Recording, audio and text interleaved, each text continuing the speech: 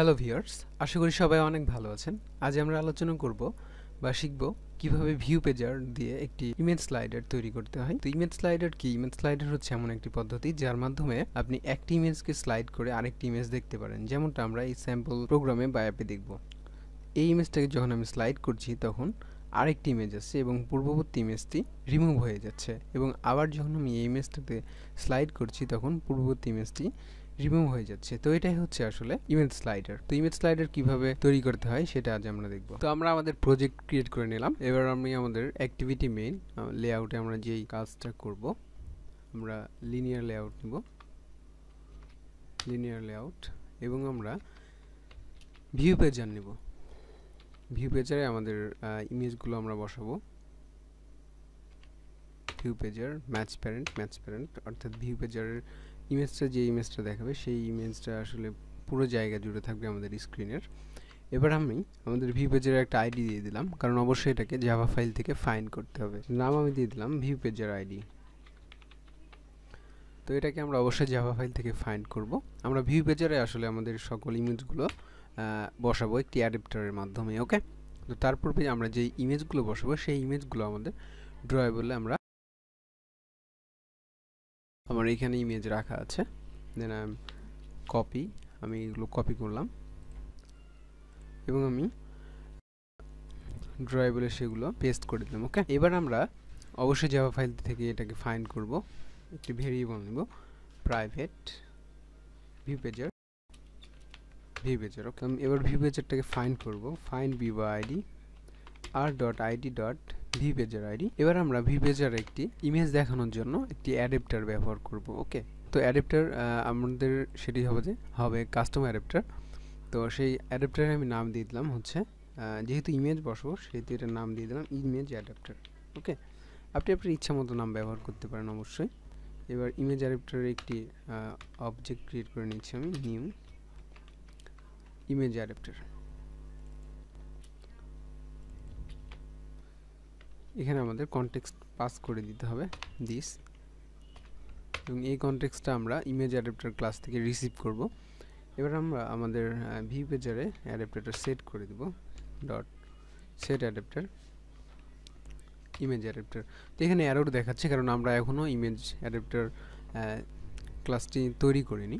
তো সেজন্য আমাদের জাভা ক্লাস ক্রিয়েট করতে হবে একটি, new Java class image adapter. Okay, এবার আমরা এটা আমাদের ইমেজ অ্যাডাপ্টার ক্লাস এক্সটেন্ড করবে পেজার অ্যাডাপ্টার। ওকে, পেজার অ্যাডাপ্টার, এবং পেজার অ্যাডাপ্টার ডিফল্ট দুটি মেথড রয়েছে, ইমপ্লিমেন্ট মেথড, গেট কাউন্ট এবং is view from object.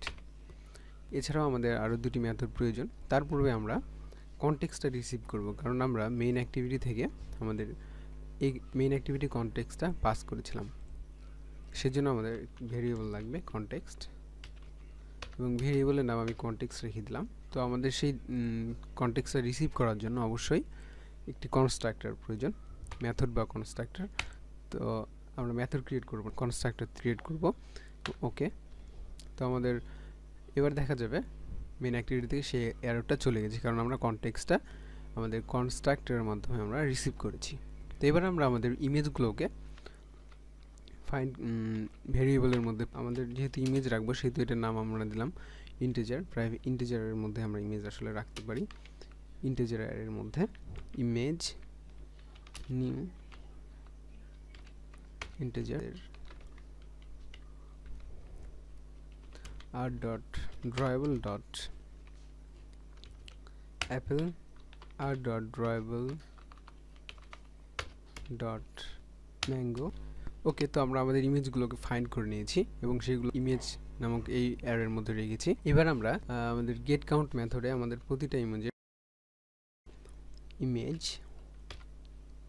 Dot length, ওকে, আমাদের ইমেজ ডট লেন্থ এখানে থাকবে, এবং আমাদের আরও দুটি মেথড ক্রিয়েট করতে হবে, ওভাররাইড মেথড। আমরা কিবোর্ডের অল্টার অ্যান্ড ইনসার্টে ক্লিক করে ওভাররাইড মেথড, আমাদের প্রয়োজন হচ্ছে ডিস্ট্রয়।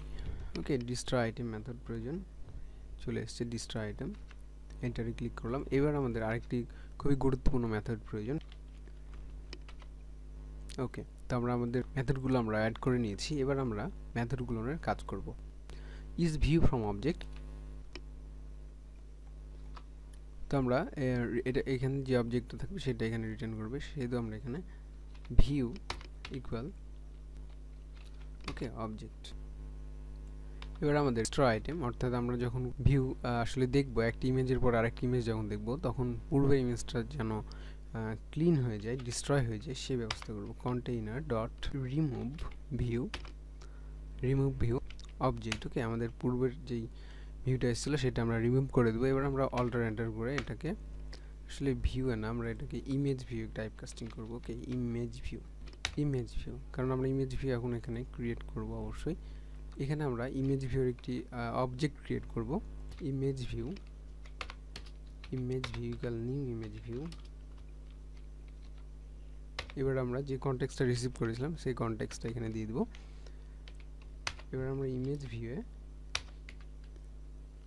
ইমেজটা সেট করব, যে ইমেজগুলো দেখাবে ইমেজ সেট ইমেজ রিসোর্স। আমাদের ইমেজগুলো রয়েছে ইমেজ অ্যারে, ইমেজ নামক অ্যারেতে ইমেজ।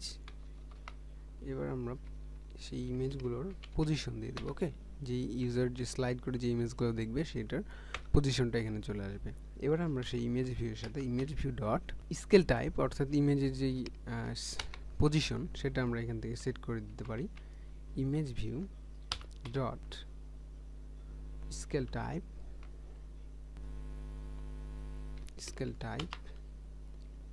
ডট সেন্টার আমরা করব একবারে মাঝামাঝি দেখাতে চাই, অর্থাৎ পুরো স্ক্রিন জুড়ে ফিট সেন্টার বা সেন্টার ক্রপ। এবার আমরা কন্টেইনারের সাথে সেই ভিউটা অ্যাড করে দেবো, ইন ডট অ্যাড ভিউ